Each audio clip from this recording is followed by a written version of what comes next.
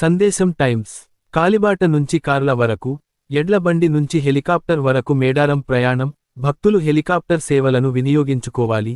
మంత్రి సీతక్క.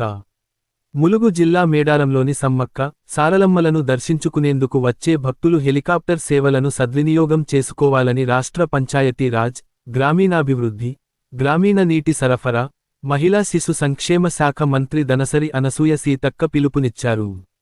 గురువారం జిల్లా కేంద్రానికి సమీపంలోని డిగ్రీ కళాశాల ఆవరణలో థంబి ఏవియేషన్ ప్రైవేట్ లిమిటెడ్ సంస్థ ఆధ్వర్యంలో ఏర్పాటు చేసిన హెలికాప్టర్ సేవల ప్రారంభ కార్యక్రమంలో ఆమె పాల్గొని మాట్లాడుతూ, గతంలో కాలినడకన, ఎడ్ల బండ్లపై మేడారానికి వచ్చిన భక్తులు నేడు ఆధునిక సౌకర్యాలతో హెలికాప్టర్ ద్వారా త్వరితగతిన అమ్మవార్ల దర్శనం చేసుకునే అవకాశం కల్పించామని తెలిపారు.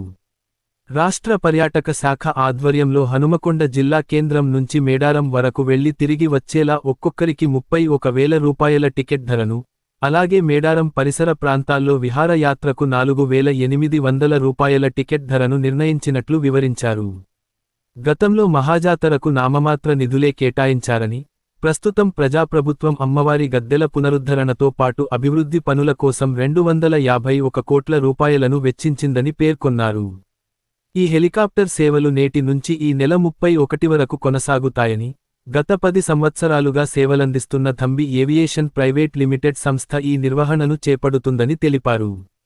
బుకింగ్ కోసం 9676320139, 8530004309, 7660933950 ఫోన్ నంబర్లను సంప్రదించవచ్చని, అలాగే helitaxi.com వెబ్సైట్ ద్వారా వివరాలు తెలుసుకోవచ్చని మంత్రి తెలిపారు.